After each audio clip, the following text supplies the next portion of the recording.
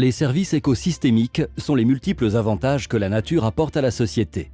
Cette notion issue de la recherche scientifique pour repenser la relation de l'homme au milieu naturel s'est largement répandue au cours des 50 dernières années jusqu'à s'institutionnaliser pour intégrer le champ du droit et des politiques publiques.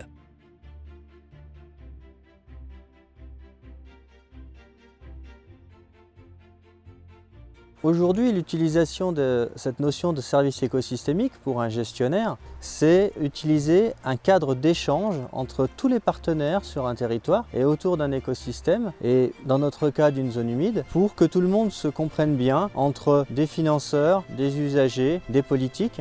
C'est cette approche-là qu'on a voulu développer dans le projet Restalp pour construire des cas concrets et des exemples qui pourront être valorisés et faire en sorte que l'ensemble des territoires s'engagent dans des projets de restauration de zones humides.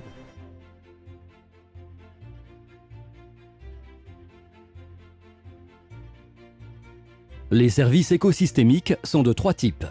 Les services d'approvisionnement qui correspondent à l'ensemble des produits issus de la nature, comme le bois, le fourrage, les fruits ou le poisson que l'on peut trouver dans les zones humides.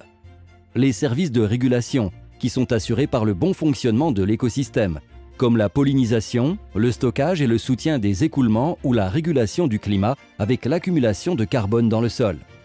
Enfin, les services socioculturels qui sont liés à la relation que l'homme entretient avec la nature, avec les valeurs esthétiques, spirituelles ou pédagogiques, mais également les usages récréatifs dont les milieux naturels servent de support.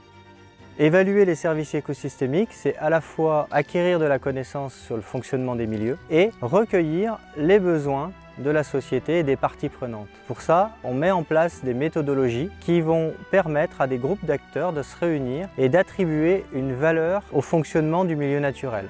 Par exemple, ici au Marais des Chassettes, on a pu réaliser des enquêtes et des questionnaires auprès des habitants pour savoir quelle valeur, quel prix ils seraient prêts à donner pour préserver ce marais qui est aujourd'hui un îlot de nature au milieu de ces surfaces urbanisées.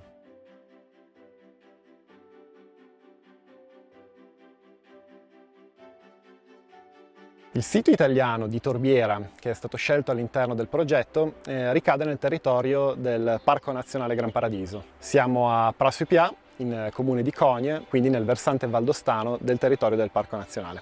Per monitorare nel tempo lo stato di salute della torbiera abbiamo installato, grazie al progetto, delle strumentazioni tecniche che ci permettono di misurare per esempio il livello della falda. Infatti abbiamo 2 sonde di pressione che sono immerse sotto il livello della falda e a seconda dell'altitudine della colonna d'acqua sopra il misuratore della pressione è possibile stabilire qual è il livello della falda. Allo stesso modo una sonda analoga l'abbiamo invece posizionata dove il deflusso della torbiera, le acque vanno poi a uscire e a immettersi dentro quello che è il torrente della vallata. E quindi in questo caso lo strumento permette di misurare l'altezza del torrente, diciamo, di uscita dalla torbiera. Il sito di Prasupia si inserisce in una cornice meravigliosa, infatti ai piedi del massiccio del Gran Paradiso. Proprio per questo motivo i visitatori e i turisti sono decisamente tanti. Per monitorare quindi i flussi turistici sono stati installati in questi anni 2 ecocontatori, vale a dire 2 colonnine in cui è inserito uno strumento a infrarossi che riesce a percepire il passaggio in ingresso e in uscita dei visitatori.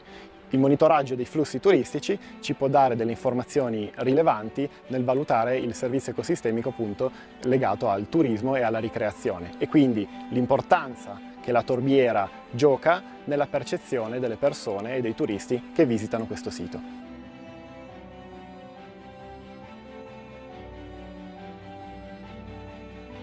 Nous sommes ici au Marais de Chautagne, sur la commune de Chindrieux. C'est la plus vaste zone humide de Savoie, avec 2100 hectares de zone humide. Cette zone humide est une tourbière qui s'est formée il y a plus de 9000 ans et où près de 10 mètres de tourbe se sont accumulées. Cette tourbe qui est composée de matière organique, ça représente aujourd'hui un stock de carbone de 17 millions de tonnes de CO2. Alors d'un point de vue agricole, ces prairies, elles sont particulièrement productives et surtout elles permettent d'obtenir un fourrage à une saison où souvent les prairies moins humides vont être déjà fauchées, où le foin n'est plus disponible et notamment en année sèche on va avoir une disponibilité de la ressource en herbe plus forte que dans des prairies non humides.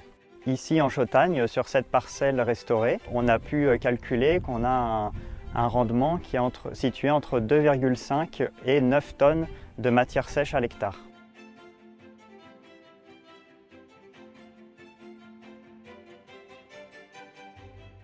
Ici, nous sommes à la tourbière du Plan de l'Eau, dans la vallée des Bellevilles. Nous sommes au cœur du domaine skiable des Ménuires, au pied de la station.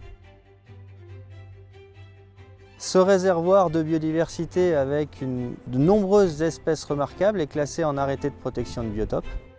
Dans les années 90, dans le cadre de l'aménagement du domaine skiable, des digues avaient été aménagées pour éviter la divagation du cours d'eau. Ces digues empêchaient la crue de rentrer dans la tourbière.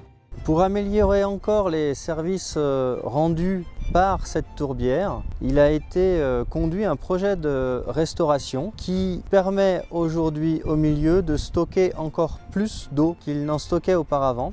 Ces travaux permettent maintenant d'écrêter jusqu'à 25% du débit de la crue annuelle, de la crue de fonte des neiges, et donc de réduire l'effet des crues aussi à l'aval dans les fonds de vallées alpines.